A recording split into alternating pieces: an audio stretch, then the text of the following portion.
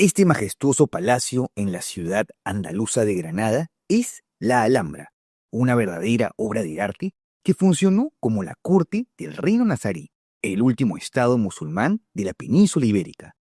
Castellanos cristianos conquistando el último bastión del Islam para luego dejar intacta la Alhambra, símbolo del esplendor musulmán. Qué raro, ¿no? Esto tiene una razón que ya te la contaré, luego de sumergirnos en la historia del último emirato hispano. ¿Te interesa? Dale, entonces quédate hasta el final del video.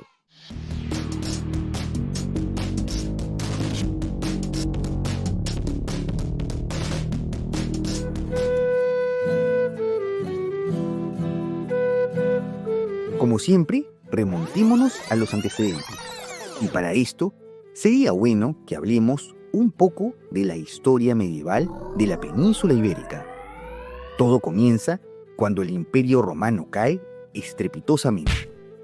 Como el poder no admite vacíos, sus antiguos federados, los visigodos, un grupo germánico que ingresó a Hispania tras ciertos acuerdos con Roma, fundaron su propio reino, que en realidad fue una élite visigoda reinando sobre una mayoría hispano-romana.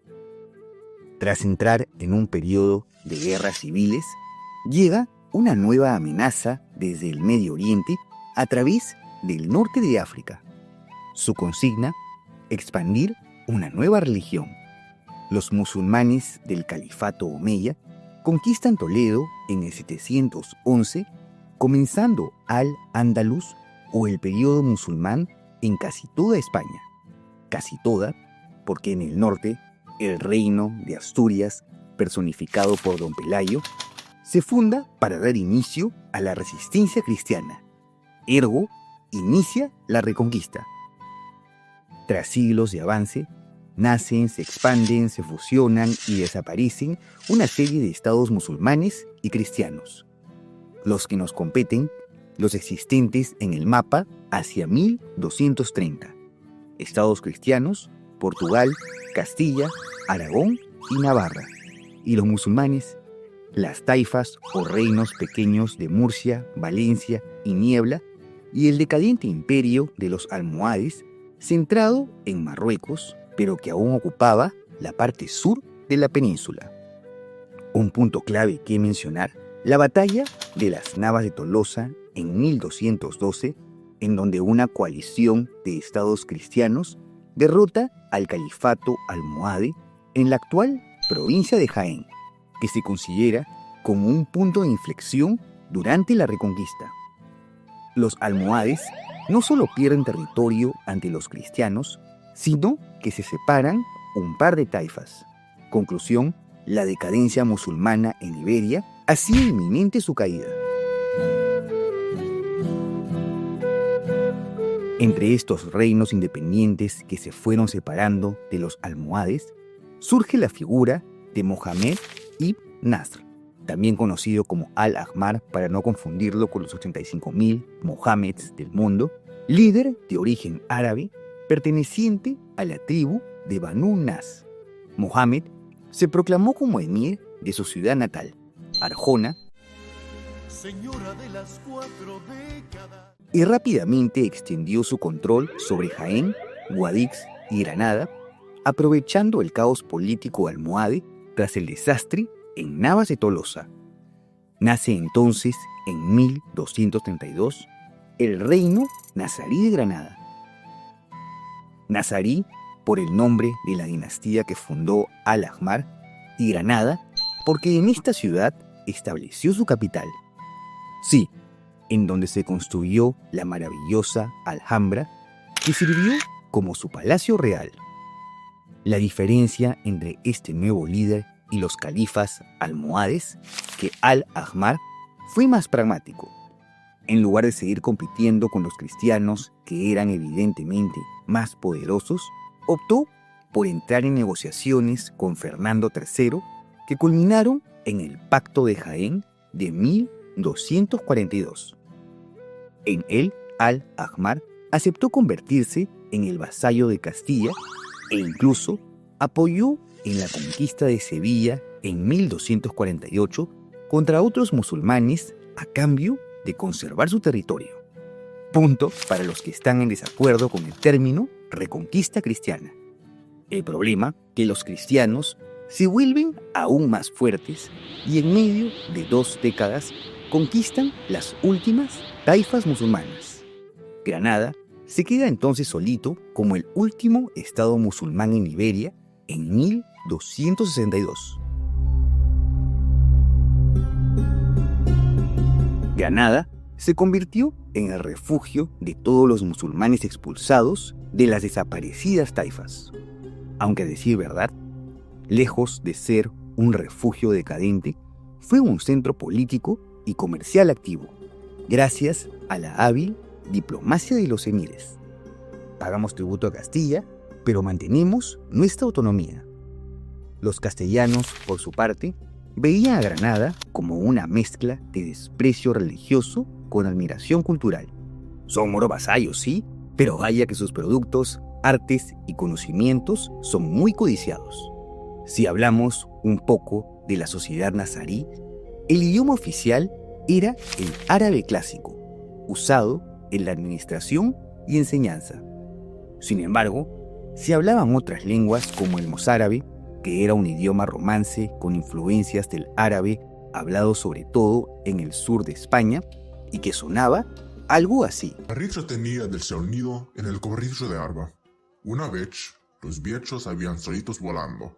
La cultura nazarí también fue espectacular. Durante el reinado del emir Yusuf I, se fundó la Madrasa de Granada, la primera universidad pública de Al-Ándalus. Bajo la era de Mohammed V, se produjo un apogeo artístico.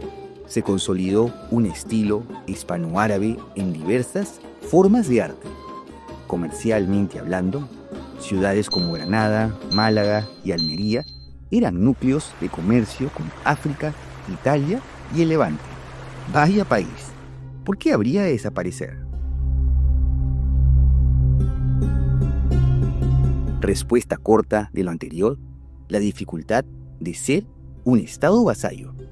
Como ya se mencionó, el Emirato Nazarí estaba obligado a pagar tributo a Castilla. Cuando los sucesores de Al-Ahmar comenzaron a retrasar o suspender los pagos, Alfonso X consideró esto como una traición feudal. Ergo, nuevas campañas militares en 1261. Resultado territorial, Castilla tomó Jerez y Cádiz. Resultado ideológico, los nazaríes sentían que ya no podían confiar en los castellanos cristianos y se consiguen un nuevo aliado musulmán como ellos, el sultanato meriní, que derrocó a la dinastía almohade centrado en Marruecos. Los meriníes veían entonces a Al-Ándalus como una extensión natural de su influencia y alentaron a los emires granadinos a rebelarse contra Castilla.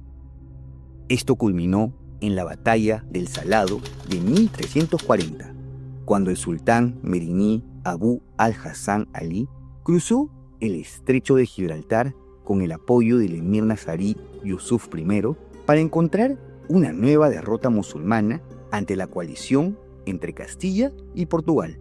En esta derrota, el poder militar meriní fue destruido, la moral musulmana resquebrajada y Granada quedó totalmente aislada. ¿Y qué pasa cuando vives bajo tanta presión externa?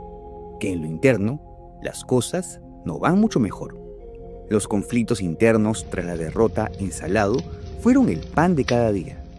Ya entrando al siglo XV, las cosas no cambiaron mucho que digamos. Mientras el reino seguía dividido en facciones rivales y cada sucesión de emir se resolvía mediante conspiraciones y golpes de Estado, los reinos cristianos seguían estrechando lazos.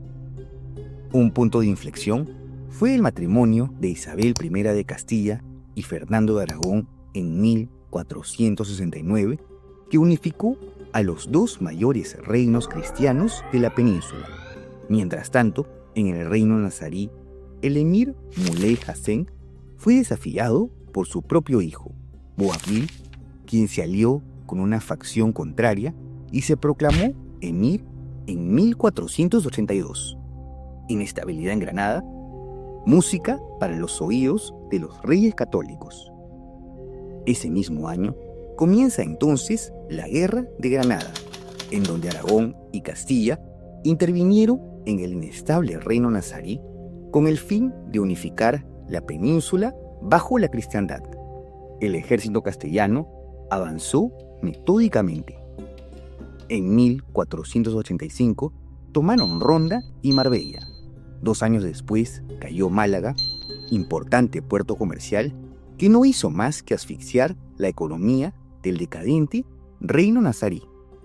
En 1489, las tropas cristianas ocuparon Guadix y Almería, quedando Granada como último bastión. Boabdil intentó resistir ante el asedio de los cristianos hasta el 2 de enero de 1492, cuando finalmente alza la bandera blanca y le entrega las llaves de la ciudad a Fernando e Isabel. Finaliza así la Reconquista tras 8 siglos de presencia musulmana en la península ibérica. La caída de Granada no fue una simple victoria militar, sino el símbolo del triunfo del cristianismo en Europa occidental y para muchos el nacimiento de la España que conocemos hoy en día.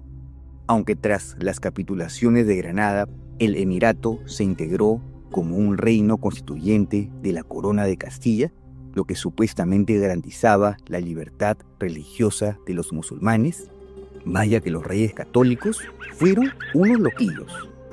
A la posteridad comenzaron las conversiones forzadas, la Inquisición y la expulsión de musulmanes y judíos con el fin de completar la completa cristianización de la península.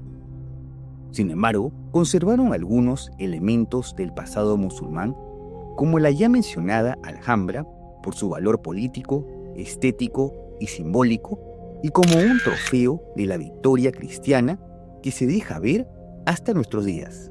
Gracias, Reyes Católicos. Por lo que, como ves, a pesar de la completa expulsión de los árabes desde la conquista del reino nazarí, el legado de la presencia islámica en el país y por extensión en la cultura hispánica es más que evidente. Granada podrá haber caído, pero nos dejó una parte suya en la construcción de la identidad de la nación española. ¿Conocías acerca del Emirato de Granada? No te olvides de dejar tu comentario y de suscribirte al canal. Asimismo, te dejo en la descripción mis redes sociales y por si quieres ver los nuevos videos en preestreno y tener una mayor interacción conmigo, tus donaciones en Patreon, unhermanito.net o miembros del canal son bienvenidas. ¡Hasta la próxima!